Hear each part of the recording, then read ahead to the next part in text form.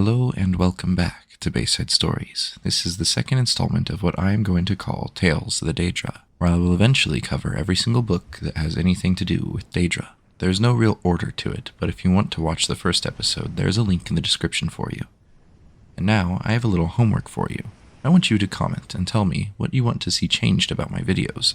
Obviously, I don't have much experience, and I would love to improve and learn what my viewers want to see, or what I can implement into my videos that I am currently not doing, but I probably should be. If you enjoy the video, please leave a like so I know to keep going, and as always, remember to pray and say thanks before you sleep tonight. Enjoy the stories. Vernaccus and Bourlor by Tavi Dromio. Halgred walked into the King's Ham that glorious evening, his face clouded with sadness. While he ordered a mug of grief, his mates Garez and Ziamora joined him, with moderately sincere concern. "What's wrong, Halgred?" asked Ziamora. "You're later than usual, and there's a certain air of tragedy you've dragged in with you. Have you lost money, or a nearest and dearest?" "I haven't lost any money," Halgred grimaced, "but I've just received word from my nephew that my cousin Alec has died. Perfectly natural, he says, just old age. Alec was 10 years younger than me." "Ah, that's terrible. But it goes to show that it's important to savor all of life's possibilities, because you never know when your time is coming," said Garez, who had been sitting at the same stool at the Smoky Corner Club for the last 7 hours. He was not one cursed with self-awareness. "Life's short, all right," agreed Ziamora, "but if you'll pardon a sentimental thought, few of us are aware of the influence we'll have after our deaths. Perhaps there's comfort there. For example, have I told you the story of Vernaccus and Bourlor?" "I don't believe so," said Halgred. "Vernaccus was a Daedra," said Ziamora, throwing a few dribbles of flint on the hearth to cast the proper mood. "And though our tale took place many, many years ago, it would be fair to say that Vernaccus still is one. For what, after all, is time to the immortal Daedra?" "Actually," Garez interrupted, "I understand that the notion of immortality. I'm trying to offer our friend an inspirational tale in his hour of need," Ziamora growled. "I don't have all bloody night to tell it, if you don't mind." "You wouldn't have heard of Vernaccus," said Ziamora, abandoning the theme of immortality for the time being, for even at the height of his power and fame, he was considered feeble by the admittedly high standard of the day. Of course, this lack of respect infuriated him, and his reaction was typical of a lesser Daedra. He went on a murderous rampage. Soon word spread through all the villages in the Clovian West of the unholy terror. Whole families had been butchered, castles destroyed, orchards and fields torched and cursed so that nothing would grow there again. To make things even worse for the villagers, Vernaccus began getting visitation from an old rival of his from Oblivion. She was a Daedra seducer named Horvitha, and she delighted in taunting him to see how angry she could make him become. "You flooded a village, and that's supposed to be impressive," she would sneer. "Try collapsing a continent, and maybe you'll get a little attention." Vernaccus could become pretty angry. He didn't come very close to collapsing the continent of Tamriel, but it wasn't for a lack of trying. A hero was needed to face the mad Daedra, and fortunately, one was available. His name was Bourlor, and it was said that he had been blessed by the goddess Kinnereth. That was the only explanation for his inhuman accuracy with his bow and arrow, for he never missed a target. As a child, he had driven his marksmanship tutors wild with frustration. They would tell him how to plant his feet, how to knock a bolt, the proper grip for the cord, the best method for release. He ignored all the rules, and somehow, every time, the arrow would catch a breath of wind and sail directly to his target. It did not matter if the quarry was moving or still, at very close range or miles away. Whatever he wanted to strike with his arrow would be struck. Bourlor answered the call when one of the village mares begged him for help. Unfortunately, he was not as great a horseman as he was an archer. As he rode through the forest towards the mayor's town, a place called Evansakon, Vernaccus was already murdering everyone there. Horvatha watched and stifled back a yawn. "Murdering a small-town mayor isn't going to put you in famous company, you know. What you need is a great champion to defeat, someone like Ysgramor or Pelinal Whitestrake, or," she stared at the figure emerging from the forest, "that fellow." "Who's he?" growled Vernaccus, between bites of the mayor's quivering body. "The greatest archer in Tamriel. He's never missed." Bourlor had his bow strung and was pointing it at the Daedra. For a moment, Vernaccus felt like laughing. The fellow was not even aiming straight, but he had a well-honed sense of self-preservation. There was something about the man's look of confidence that convinced the Daedra that Horvatha wasn't lying. As the bolt left the bow, Vernaccus vanished in a sheet of flame. The arrow impaled the tree. Bourlor stood and stared. He had missed a target. In Oblivion, Vernaccus raged. Fleeing before a mortal like that, not even the basest Scampi would have been so craven. He had exposed himself for the weak, cowardly creature he was. As he considered what steps to take to salvage the situation, he found himself face to knee with the most fearsome of the Daedra princes, Mulek Bal. "I never thought anything much of you, Vernaccus," the giant boomed, "but you have more than proven your worth. You have shown the creatures of Mundus that the Daedra are more powerful than the blessings of the gods."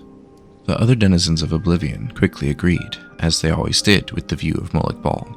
The Daedra are, after all, always very sensitive about their various defeats at the hands of mortal champions. Vernaccus was proclaimed the elusive beast, the unpursuable one, he who cannot be touched, the bane of Kinnereth. Shrines devoted to him began to be built in remote corners of Morrowind and Skyrim. Bourlor, meanwhile, now found flawed, was never called again to rescue a village. He was so heartbroken over his failure to strike his target that he became a hermit and never restrung his bow. Some months later he died, unmourned and unremembered. "Is that really the tale you thought would cheer me up?" asked Helgrid, incredulously. "I've heard the King of Worms told more inspiring stories." "Wait," smiled Ziamora. "I'm not finished yet."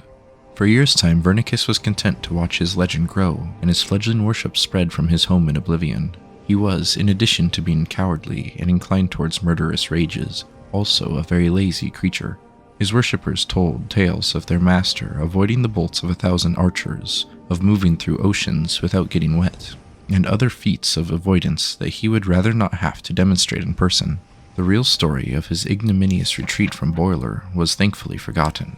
The bad news, when it came, was delivered to him with some relish by Horavatha. He had delighted in her jealousy at his growing reputation, so it was with a cruel smile she told him, "Your shrines are being assaulted." "Who dare?" he roared. "Everyone who passes them in the wilderness feels the need to throw a stone," Horavatha purred. "You can hardly blame them. After all, they represent he who cannot be touched. How could anyone be expected to resist such a target?" Vernaccus peered through the veil into the world of Mundus and saw that it was true.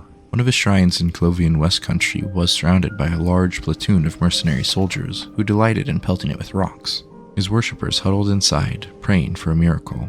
In an instant, he appeared before the mercenaries, and his rage was terrifying to behold. They fled into the woods before he even had a chance to murder one of them. His worshippers threw open the wooden door to the shrine and dropped to their knees in joy and fear. His anger melted.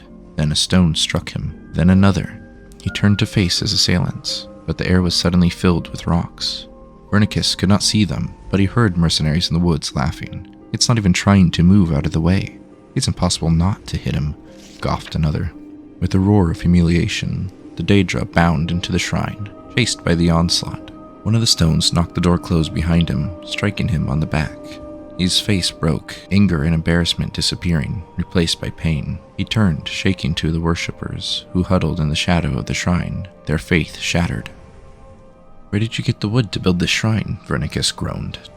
"Mostly from a copse of trees near the village of Evenscorn," his high priest shrugged. Vernaccus nodded. He dropped forward, revealing the deep wound in his back. A rusty arrowhead buried in a whorl in the wood of the door had jolted loose in the assault and impaled him. The Daedra vanished into a whirlwind of dust. The shrines were abandoned shortly thereafter, though Vernaccus did have a brief resurgence as the patron spirit of limitation and impotence, before fading from memory altogether.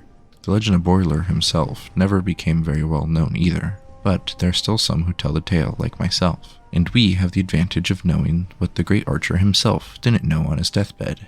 His final arrow found its target after all. Spirits of the Daedra. How you should know us: death, defeat, and fear. We do not die, we do not fear death. Destroy the body, and the animus is cast into the darkness. But the animus returns. But we are not all brave. We feel pain and fear it. We feel shame and fear it. We feel loss and fear it. We hate the darkness and fear it. The scamps have small thoughts and cannot fear greatly. The vermai have no thoughts and cannot fear. The Jamora have deep thoughts and must master fear to overcome it. The clan bond. We are not born, we have no fathers nor mothers. Yet we have kin clans. The clan form is strong. It shapes body and thought. In the clan form is strength and purpose. The oath bond. We serve by choice. We serve the strong so that their strength might shield us. Clans serve by long practice, but practices may change. Dremora have long served Dagon, but not always so. Practice is secure when oath bonds are secure, and trust is shared. When oath bonds are weak, there is pain, and shame, and loss, and darkness, and great fear. How we think about man. Perhaps you find Scampers comic, and Vermeil brutish. How then do you imagine we view you humans? You are the prey, and we are the huntsmen. The Scamps are the hounds, and the Vermeil the beaters. Your flesh is sweet, and the chase is diverting. As you may sometimes praise the fox or hare, admiring the cunning and speed, and lamenting as the hounds tear its flesh, so do we sometimes admire our prey, and secretly applaud when it cheats our snares or eludes our pursuit. But like all worldly things, you will in time wear and be used up. You age, grow ugly, weak, and foolish. You are always lost, late or soon. Sometimes the prey turns upon us and bites. It is a small thing. When wounded or weary, we fly away to restore. Sometimes a precious thing is lost, but the risks makes the chase all the sweeter. Man's mystery. Man is mortal and doomed to death and failure and loss. This lies beyond our comprehension. Why do you not despair? Aedra and Daedra. The designation of gods, demons, Aedra and Daedra are universally confusing to the layman. They are often used interchangeably. Aedra and Daedra are not relative terms. They are elvish and exact. Azura is Daedra, both in Skyrim and Morrowind. Aedra is usually translated as ancestor, which is as close as Cyrodiilic can come to the elven concept. Daedra means roughly, not our ancestors. This distinction was crucial to the Dunmer, whose fundamental split in ideology is represented in their mythological genealogy. Aedra are associated with stasis. Daedra represent change. Aedra created the mortal world and are bound to the earthbones. Daedra, who cannot create, have the power to change. As part of the divine contract of creation, the Aedra can be killed. Witness Lorkhan in the Moons. The Protean Daedra, for whom the rules do not apply, can only be banished. The Waters of Oblivion. 120 numbered ages in the void that fated folk had grown deep-schooled in evil. Then the bright gods resolved to punish those fateless spirits and shatter the unruly caitiffs, those huge, unholy scathers loathsome to the light. They repented exceedingly that they had gazed upon oblivion, and seen there the first of dark kin, and welcomed them as brothers and sisters.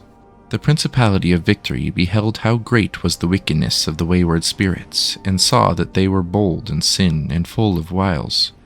They resolved then to chasten the tribes of Daedra, and smite Darken with hammer and hand. But ever shall darkness contest the light, and great were the powers that breathed the void and laid waste upon one another. And no oath might bind them, so deep were they in envy and perfidy, for once the portals are open, who shall shut them upon the rising tide? On Apocrypha, boneless limbs. A writhing mass of heaped appendage, slipping grasp the squirming slick, extend the reach to touch the face, burn the mind, reveal the quick. On Apocrypha, delving pincers, crushing razors, hollow shells that snap, that twitch, that clench and rend, to hold the subject bodily till mind blows soft and life meets end. On Apocrypha, gnashing blades, bone extrusions gash and grind in moistened depths of smacking heat, while tearing flesh from adverse bone, the body whole prepares to eat. On Apocrypha, prying orbs. What takes the world in light and sense can also seek the outward gleam. They rob the all of essence too, report the nothing they have seen.